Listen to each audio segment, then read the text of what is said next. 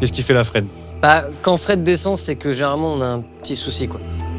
Le boss de LRS Formula dans l'atelier, c'est jamais bon signe. Là, je sens que ça pue la mauvaise surprise. Si je descends de mon bureau, c'est que vraiment il y a un problème à étudier, et donc c'est pas pour rien. Edwin a trouvé un problème sur une chemise. Ah, C'est ça. Il a découvert une fissure. ah merde.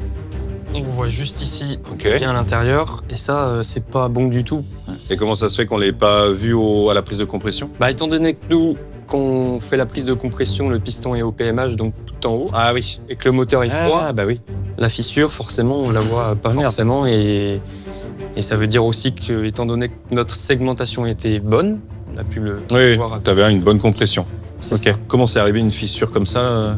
Quand elles sont kilométrées, à force de chauffer, de subir des contraintes, eh ben, elles arrivent à claquer. Ouais. Et là, je pense que c'est des chemises qui commencent à être à bout de kilomètres. Le moteur, il a eu chaud d'ailleurs, parce que s'ils avaient continué comme ça, il y aurait eu Ah ouais. ça aurait été très grave.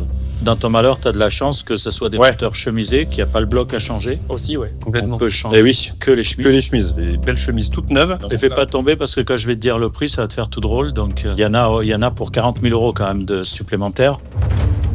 40 000 €? Ah bah oui, parce qu'autrement, tu aurais un déséquilibre sur le moteur, donc on est obligé de changer toutes les chemises. Oui, mais bon, 40 000 balles quand même, Fred. De toute manière, il n'y a pas d'alternative. La chemise, on ne Oui. peut pas la modifier, la refaire. On est obligé de tout refaire. C'est sûr que pour Baptiste, 40 000 € de surcoût sur son projet, ça fait cher. Mais Baptiste est un peu au pied du mur. C'est où on fait les travaux, où on arrête, quoi. Je suis pas encore sous l'eau complètement. Je l'ai acheté 250 000 €. J'ai une restauration à 250 000, donc ça nous fait un total de 500 000 €. Là, on rajoute pas 1 000 €, hein, on rajoute 40 000 €. Quasiment 10% du montant total. Donc on est à 540. J'espère une vente entre 600 et 650 000. Et là, c'est vrai que 40 000 €, ça fait quand même beaucoup en plus d'un coup.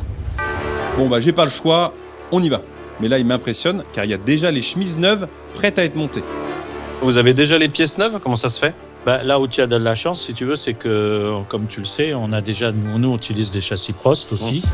Donc on a quand même un stock d'approvisionnement au cas où, quoi. Parce que les délais pour avoir ces pièces-là, c'est 6 à 8 semaines. Donc on peut pas se le permettre de bloquer une voiture 6 à 8 semaines. Ok. Donc on tape dans le stock et on réapprovisionne derrière, quoi. Impeccable. Donc on va vous laisser. Il n'y a plus qu'à. Ouais. Je pense On va qu'on a remonter encore tout un ça. peu de pain sur la planche. Ouais. Bon, bah à tout à l'heure, à plus tard. Bon courage. Ah ouais, Ouais, écoute, merci. Première étape, le contrôle du vilebrequin. Le vilebrequin, c'est la pièce qui transforme le mouvement des pistons en rotation pour faire tourner le moteur. Alors là, déjà visuellement, qu'est-ce qu'on peut dire? Visuellement, il est assez propre. D'accord, mais là, il n'y a pas de traces de chauffe, il n'y a pas de Non. grosses rayures. À première vue, euh, ça a l'air d'aller. Maintenant qu'on a regardé l'état visuel, Ouais, on va s'attaquer aux mesures.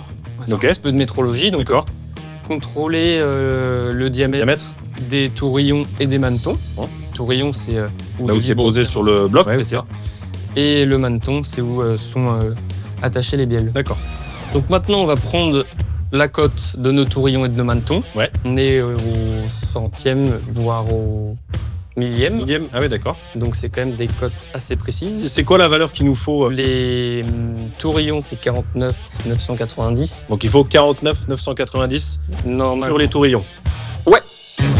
Pendant qu'Edwin sort le micromètre, je prends de quoi noter les cotes, histoire de voir si tout est dans les tolérances ou non. Pour le premier tourillon, tu vois là, 49 Alors. 988. Donc là, on a 2 millièmes 2 mm. millimètres C'est ça, en moins en moins. que la cote qui est de 49 990. Pour Exactement. l'instant, c'est bon. C'est cote complètement bon. Ok, super. complètement. Et après, on va surtout s'intéresser si les valeurs sont cohérentes sur la ligne d'arbre en elle-même. Ah ok, faut que c'est comme quand on fait un test de compression sur des cylindres. Le mieux, c'est que tout soit à peu près homogène. Voilà. Edwin enchaîne les mesures 49 990. et moi je continue de tout noter avec attention en espérant que tout soit aussi bon que la première. Allez, le dernier, pour finir en beauté. 49,989 mm. Vu les valeurs qu'on a, on est largement dans... C'est un OK. Voilà.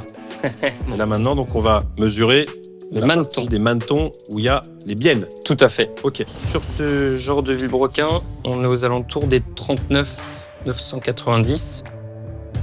Donc le premier. 39,990.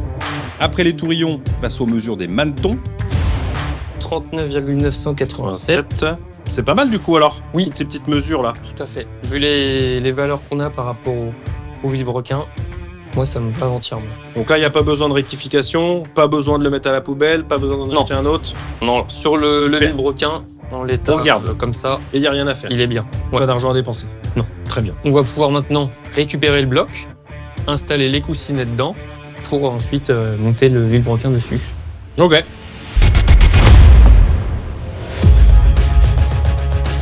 Allez, on libère l'espace de travail et on ramène le bas moteur. Là, Baptiste, on va vraiment attaquer le remontage du cœur du moteur. Donc, premièrement, on va mettre les coussinets. Le coussinet, ça sert en fait à pas avoir métal contre métal au niveau de la bielle et du vilebrequin. C'est une partie un petit peu tendre pour éviter la friction entre deux métaux. Là, sur une Formule 1, c'est une pièce d'usure, mais sur une voiture, normalement, les coussinets, on les garde à vie. Et là, les traces qu'on voit, c'est pas qu'ils sont abîmés, rassure-moi, les coussinets. Non, nous, en ce moment, on a exclusivement des stocks d'origine. Ok. On prend les plus propres qu'on a. On en voit qu'ils sont quand même neufs, hein. Certes, il y en a qui ont déjà été utilisés, mais ils sont quand même dans un état Oui. plutôt propre.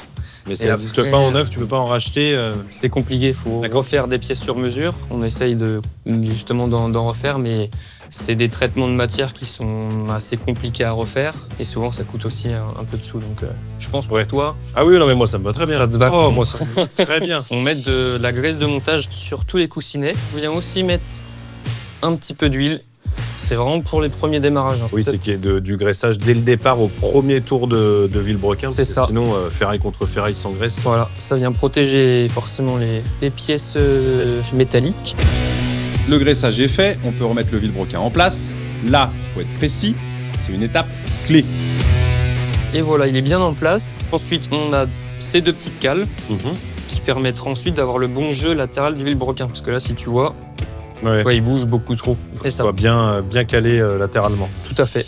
Edwin ajoute les cales latérales. Il en met une de chaque côté du palier central pour éviter que le vilebrequin parte en balade dans le bloc. Maintenant qu'on est là-dessus, on va venir mettre un faux palier, juste pour tenir le vilebrequin D'accord. temporairement. Voilà. Ensuite, on va forcément assembler l'ensemble piston-bielle. Ouais. Donc, Il est ici. voilà. L'axe, la bielle, le piston. Lubrifier un peu l'axe. Mettre la bielle. Remettre l'axe. Voilà. C'est bon, notre ensemble bielle, axe, piston est assemblé. Ok. On va le poser juste ici. Maintenant, il faut qu'on mette les segments dessus pour D'accord. ensuite pouvoir l'installer. Les segments, c'est ce qui fait le joint entre le piston et le cylindre. Ils servent à assurer l'étanchéité dans le cylindre et à gérer la compression. Sur le piston, on a bien deux gorges, Ouais. donc deux segments. Ok. Le premier, le segment racleur, qui est divisé en trois en fait. Celui qui est ondulé au milieu Voilà. et les deux plats, un au-dessus, un dessous. Comme ça, l'huile, ça permet de rester entre les deux, quoi. C'est ça. C'est bon. Voilà. Il reste du coup Le dernier, le dernier. qui est un segment coupe-feu. D'accord. Son rôle vraiment, c'est de stopper les gaz dus à la combustion Ouais. du moteur et pour pas que ça aille dans le bas moteur. Ok. Maintenant, notre ensemble piston, bielle, axe, segment du coup Mhm. maintenant est remonté complet. Oui. Donc j'aurai plus qu'à l'installer dans le bloc. Mhm. Mais avant ça, toujours De la graisse. On huile bien le piston, sans oublier évidemment la lubrification de la chemise neuve qu'Edwin avait montée avant mon arrivée.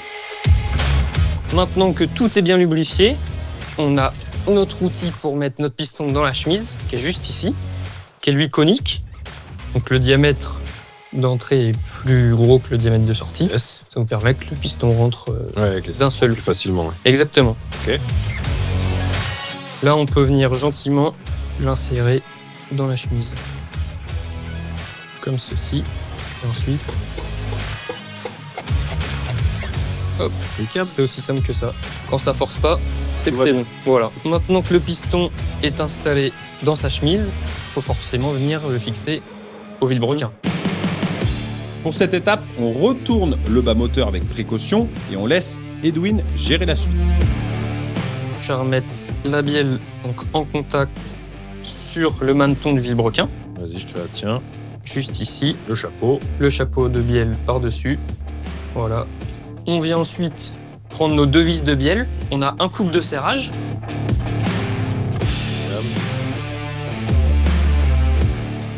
On va maintenant passer à une deuxième étape de serrage. Donc on va serrer à l'angulaire. Le serrage à l'angulaire, c'est ce qui garantit un serrage précis, surtout sur des moteurs aussi exigeants que celui-là. Pour ça, on utilise un appareil qui rajoute un angle de rotation précis à la vis. On voit bien les graduations. Là, je fais mon point 0, Voilà. juste ici en face du 0. Et nous, on serre à 44 degrés. Les 44 degrés, c'est l'angle préconisé par le constructeur pour garantir la bonne tension sur la vis. Et voilà, 44 degrés. Impec. Donc là, on a bien fixé notre ensemble bielle-piston au vilebrequin. Yes. Donc là, on en a fait un. Comme tu vois, il nous en reste. Il y en a un petit peu à faire. Voilà, 9 autres. On va passer, je pense, une bonne partie de la semaine à finir tout ça. Ok. Et puis, on se retrouve pour le démarrage du moteur. Allez. Bon, mis à part les chemises à changer, la journée s'est bien passée. Mais sur un moteur comme ça, tant qu'on l'a pas entendu démarrer, faut garder en tête que ça peut basculer à tout moment.